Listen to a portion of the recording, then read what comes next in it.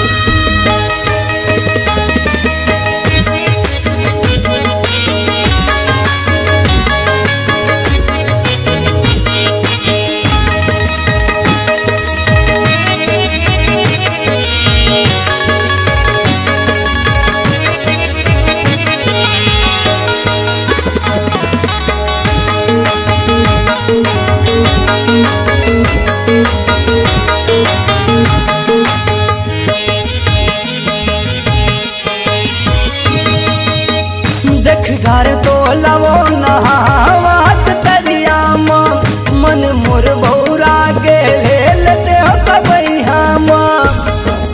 रानी तोर माया माँ मैं हो गया हूँ दीवाना।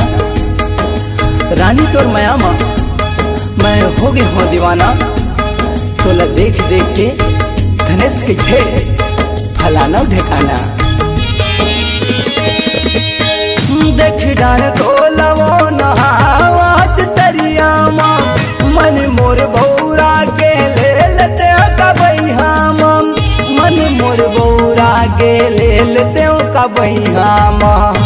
तोर कनिहा के कर धन बना ले। तोर कनिहा के कर धन बना ले। सुन सुन वो गोंदा फूल तोर कनिहा के कर धन बना ले।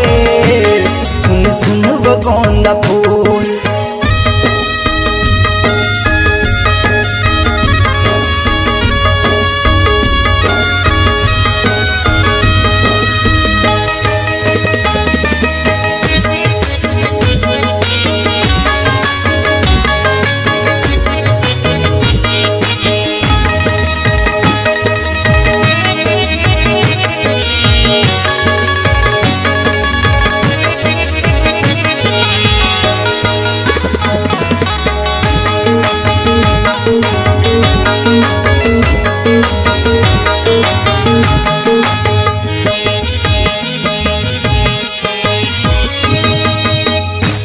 दिन होगी राजा मिले नहीं तोर संग का।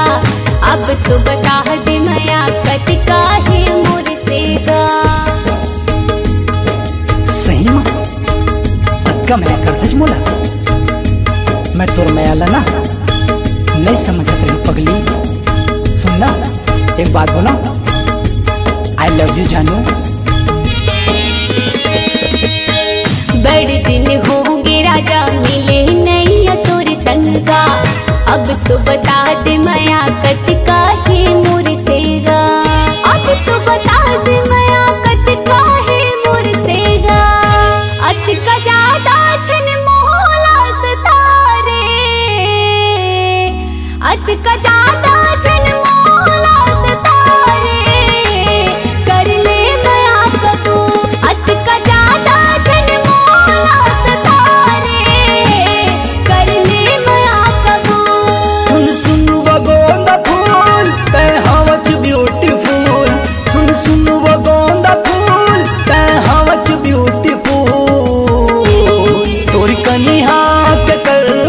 बना ले।